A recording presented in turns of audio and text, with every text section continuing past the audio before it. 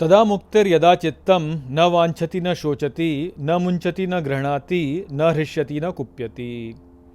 नमस्कार मित्रों, ये जो श्लोक है ये अष्टावक्र गीता के 8वें अध्याय का दूसरा श्लोक है, जिसे हम आज गहराई से समझेंगे। तो आइए सबसे पहले इसके अर्थ को समझते हैं। तो जो श्लोक है वो कहता है, तदा मुक्तिर्यदा चित्तम, अर्थात वैसे मुक्त होता है जब चित्त से न वांछति न शोचति, अर्थात न कामना करता है न शोक करता है, न मुंचति न गृह्णाति, अर्थात न त्यागता है न ग्रहण करता है, न हृष्यति न कुप्यति, अर्थात न हर्ष करता है न क्रोध करता है। तो यहाँ पर अब अष्टावक्र जनक महाराज से कहते हैं कि परंतु वह व्यक्ति जो अपने चित्त से न तो कामना करता है, न शोक करता है, न त्यागता है, न ग्रहण करता है, न हर्ष करता है, न क्रोध करता है, ऐसा व्यक्ति जो है वह उस प्रकार से मुक्त हो जाता है।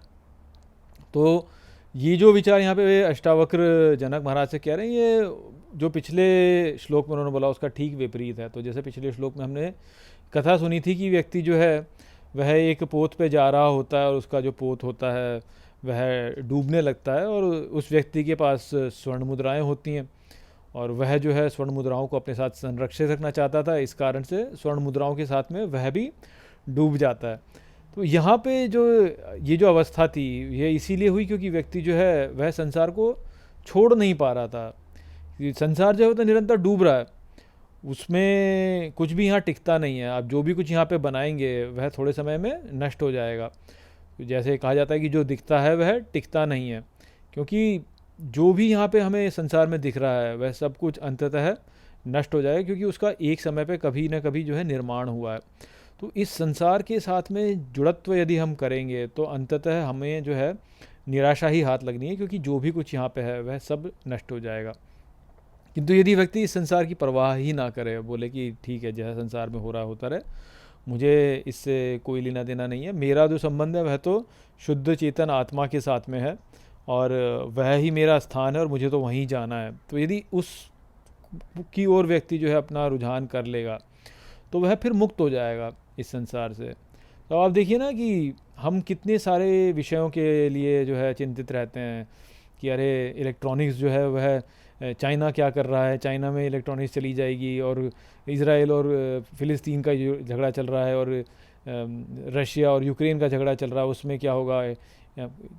अलग अलग प्रकार के और विचार कि भारत ने यहाँ पे ये जीत लिया, वहाँ पे वो जीत लिया।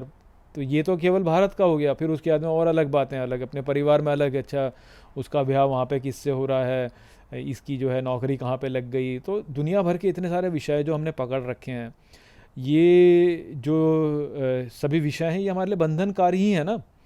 क्योंकि जब हम किसी भी बात को लेकर के रुचि लेते हैं तो उसमें फिर ऊपर नीचे होगा।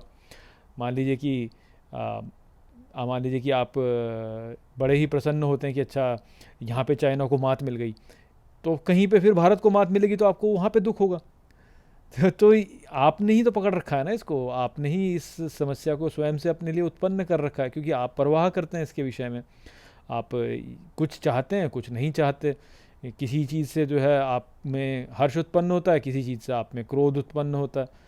एक राष्ट्र यदि खेल में जीतता है तो दूसरा राष्ट्र दुखी होता है, दूसरा राष्ट्र खेल में जीतता है तो एक राष्ट्र दुखी होता है। तो ये जो सारी बातें हमने पकड़ रखी हैं, इन कारणों से ही जो है हमारा सारा बंधन उत्पन्न होता है, क्योंकि फिर हम उन्हें छोड़ नहीं पाते। एक बार आपने पकड़ लिया तो फिर छोड़ नहीं पाते क्योंकि वही है। अब आप सोचिए ना कि कितना कठिन है आपके लिए किसी भी चीज़ को छोड़ पाना। जब आपने उसके बारे में परवाह कर ली बहुत समय तक, आप छोड़ने के लिए आपको फिर जो है बहुत अधिक प्रयास करना पड़ता है उसको, फिर कि आप उसके बारे में परवाह ना करें।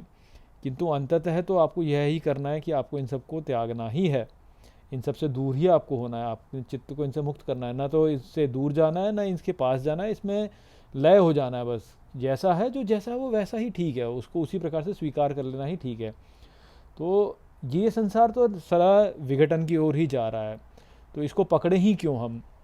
यदि हम इसको नहीं पकड़ते हैं तो ही हम सुखी रहेंगे, यदि हम इसको पकड़ते हैं तो हमें दुख ही मिलना है, चाहे जो हो जाए। थोड़े समय के लिए हो सकता है कि वो आपको हर्ष मिल जाए, किंतु वो जो हर्ष है वो भी वास्तव में वह भी कोई आनंद नहीं है, वह भी वास्तव में एक पीड़ा ही है कि आपको थोड़े समय के लिए उससे मिला, किंतु जैसे ही आपसे उसे वापस लिया जाएगा तो आपको दुख होगा।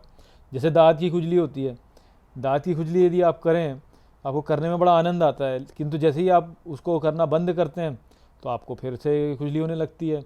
और आप देखिए कि ऐसे खुजा खुजा के जो है वहाँ पे हम जो है अपने लिए एक कोई चोट खड़ी खड़ी कर लेते हैं अपने लिए, वहाँ पे हमारे लिए खून निकलने लगता है वहाँ पर। और तो वैसे तो खुजाने में बड़ा आनंद आता है, किंतु वो जो आनंद है वह वास्तव में आनंद थोड़ी है, वह तो वास्तव में हमारे लिए कष्ट ही है। तो संसार के साथ में मिलने वाला जो भी सुख है, संसार के साथ में जुड़ने वाला जो भी सुख है, वह सदा इसी प्रकार से हमारे को कुछ ना कुछ जो है समस्या ही हमारे लिए खड़ी करता है। वह दिखता ऐसा है कि वह हमारे को सुख दे रहा है, किंतु वास्तव में वह भी दुख ही है। ये बात यदि हम समझ जाएं तो फिर हम संसार के चक्कर में पड़ेंगे ही नहीं। तो फिर ना तो हम किसी की कामना में पड़ेंगे, ना किसी विषय को लेकर शोक करेंगे, ना त्यागेंगे, ना ग्रहण करेंगे, ना हर्ष करेंगे, ना क्रोध करेंगे।